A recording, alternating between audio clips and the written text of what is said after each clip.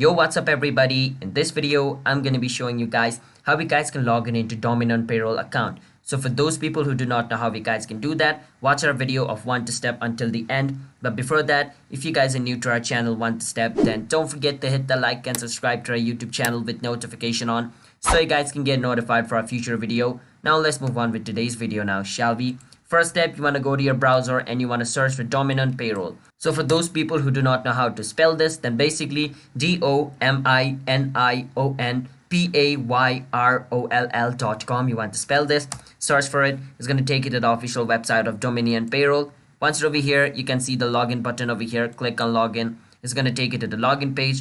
Over here, you want to choose like which sector you want to log in. There's a lot of it over here. So let me count. There's 8 of them. So you want to choose in which you want to log in. So let's say I want to log in into the Isolved one. I'm going to click on login under Isolved. But you got to choose the one which you want to log in. All right. So which sector you want to log in, you choose. Now, once over here, it's going to take me to Isolved, Dominion Payroll login sector. Over here, I need to enter the username of my account and click on continue. After this, it's going to ask for the password of my account.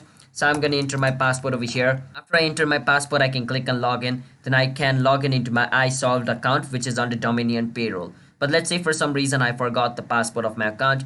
I can click on forgot your password in order to recover the password of my account over here. But remember this, you need to be careful which sector you want to log in into. So let's say you had an account of Swipe Lock and you just go to Isolved and try to log in into a Swipe Lock account, then you can't, alright? So you need to go to the correct sector. So hope you guys understand today's video. If you guys did, don't forget to hit the like and subscribe to our channel 1 to step, and I'll be seeing you guys on my next video. Bye bye.